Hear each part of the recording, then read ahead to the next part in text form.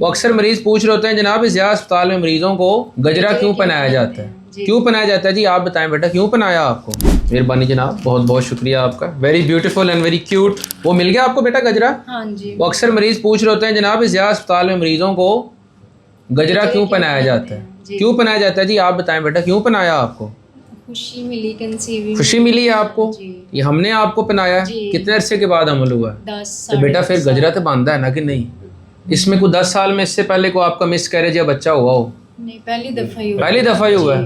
Tube भी आपकी एक बांध थी? हाँ जी, ट्यूब। ये मुझे बताओ, बाबे क्या कहते थे?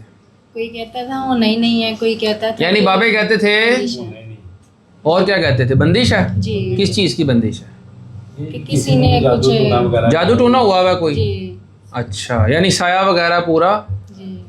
तो फिर उसके लिए कोई तवीज़ वगैरह नहीं दी उन्होंने आपको? देते थे, तवीज़ वगैरह पहनते थे, यानी वो भी सारा कुछ किया है, लेकिन उन्होंने ये भी कहा कि नहीं होना। जी। तो फिर मेरा बेटा जब आपको 10 साल के बाद ट्यूब आपकी बंद, शादी के 10 साल, सारों ने कहा कि नहीं हो सकता, बंदिश है, तवीज़ धागे हैं, सब कुछ है, तो बेटा अगर उसके बाद भी आपका ये सबूत के साथ बात होगी ना जी, क्यों जी, ये सबूत के साथ बात होगी कि ये प्रेगनेंसी टेस्ट आपका, खून के अंदर आपकी प्रेगनेंसी 8 से 9 हफ्ते की अल्हम्दुलिल्लाह चल रही है, तो फिर गजरा बनता है कि नहीं बनता? हाँ जी। क्यों जी? फिर डॉक्टर साहब के लिए खूबसूरत से फूल बनते हैं कि नहीं बनते जो आप लेके आए? फिर ये 2 किलो की मिठाई भी बनती है। जी। ये आपका भाईजान सब प्यार है।